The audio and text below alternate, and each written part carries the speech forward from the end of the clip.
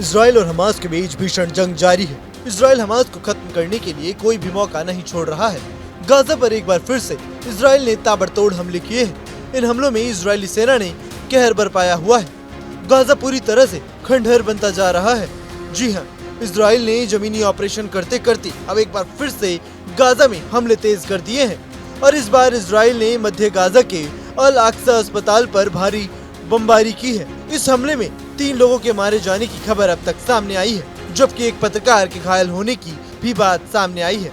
Israel के इन हमलों में बीते 24 घंटे में 47 फिलिस्तीनियों की जान चली गई है, जबकि सैकड़ों लोग घायल हो चुके हैं। गाजा के दिर अल बलाह में मौजूद अल अक्सा अस्पताल की आपातकालीन इमारत के बाहर हुए इस हमले में कई लोग दहशत से इधर उधर भागते दिखे। वहीं इस दौरान इजरायली हेलीकॉप्टर ऊपर से गोलीबारी भी करते हुए दिखे।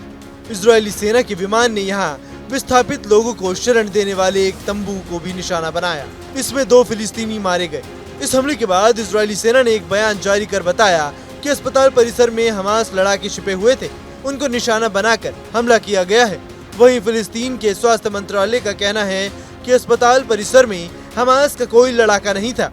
हमले के दौरान मरीज और अस्पताल में शरण लिए हुए थे।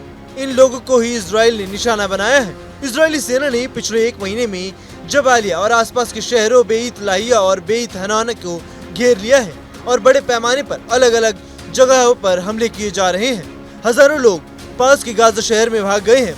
बताया जा रहा है कि गाजा का पूरा उत्तरी तीसरा हिस्सा इजराइल के जमीनी आक्रमण का पहले लक्ष्य था और 13 महीने पुराने युद्ध में सबसे भारी विनाश हुआ था, जो दक्षिणी इजराइल में हमास के हमले की वजह से शुरू हुआ था। कतर में गाजा में युद्ध विराम के प्रयासों से खुद को भी अलग कर लिया है। साथ ही फिलिस्तीनी संगठन हमास को दोहा का कार्यकाल बंद करने को भी कह दिया है। कतर ने ऐसा गाजा में इजरायली बंधकों की रिहाई के लिए हमास के तैयार न होने पर युद्ध विराम की वार्ता में अड़ियल रुख दिखाने के कारण किया है। हमास अधिकारियों को 2012 से कतर में गतिविधियों की अनुमति मिली हुई है। आपको बता दें कि इजराइल न सिर्फ गाजा में बम बरसा रहा है, बल्कि इलाके की घेराबंदी भी कर रहा है। इसकी वजह से यहाँ पर्याप्त मात्रा में राहत सामग्री भी नहीं पहुँच पा रही है।